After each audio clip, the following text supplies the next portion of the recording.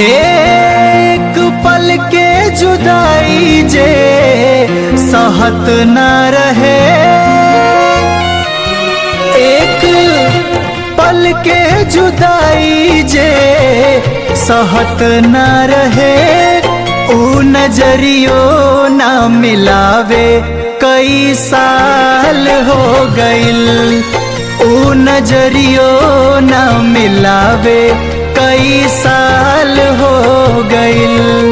हमार कुछ ना बचल उनके कुछ ना गइल, हमार कुछ ना बचल उनके कुछ ना गइल। तड़पे जल बिन मछरिया ऊहे हाल हो गइल, ऊ नजरियो ना मिलावे कई साल हो गइल।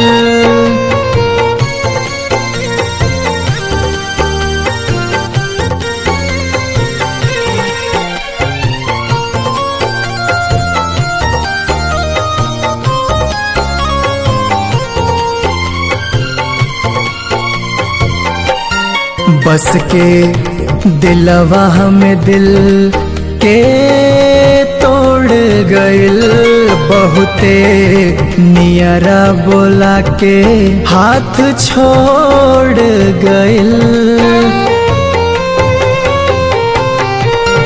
बस के दिलवा में दिल के तोड़ गइल, बहुते नियरा बोला के हाथ छोड़ गइल।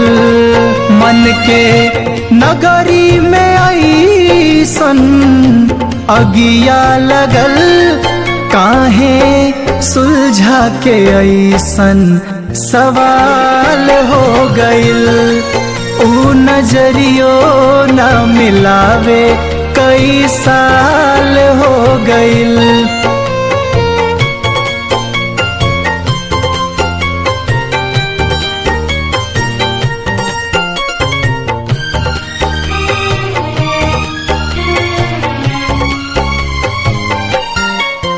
के आशीष कुंदन के तन्हा सनम मिलल, मानिक में सके गहरा जखम।